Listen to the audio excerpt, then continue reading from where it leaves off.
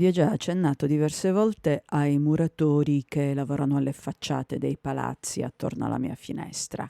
E forse mentre registro i 3 minuti grezzi di oggi li sentite anche alle mie spalle, perché ho la finestra spalancata e loro smartellano allegramente attorno a me, davanti a me, col vento in favore, quindi probabilmente li sentirete. E se non li sentite smartellare, potreste sentirli smadonnare. Perché?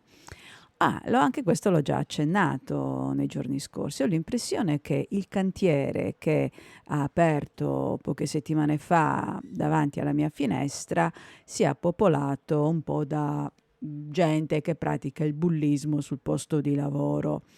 Non vedo se usino i caschi, queste cose qua, perché vabbè, diciamo che in Italia si sa è una opzione da mettetevi il casco, mettetevi il giubbino che arriva, cos'è che era l'ingegnere, sì, questa frase l'ho sentita pronunciare quando stavano rifacendo la facciata del mio palazzo ed erano proprio davanti alla finestra della stanza dove ho il mio studio di registrazione.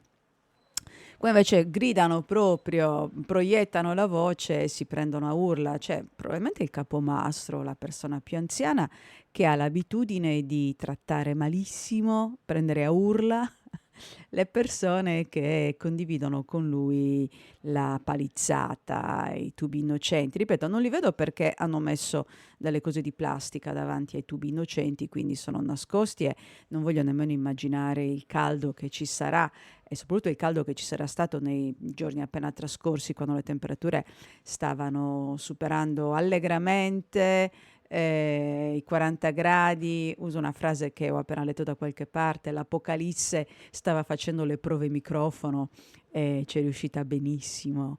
Boh, io sto qua, li sento ogni tanto questi urla, ma non è che posso fare, mica posso andare lì e dire oh smettetela di trattarvi così, trattatevi bene, eccetera. Però una riflessione che voglio fare, anche questa l'ho sentita da qualche parte, quindi niente di originale, non aspettatevi pensieri originali perché non ne ho la capacità in questo momento.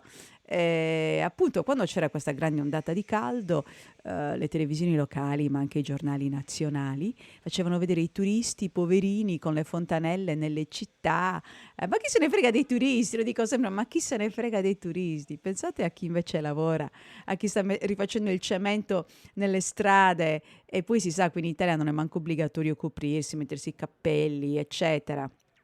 Ecco, pensiamo a chi sotto il sole ci lavora e non chi va a farsi le vacanze, che chi va a farsi le vacanze è andato a cercarselo, avrebbe anche potuto starsene a casa.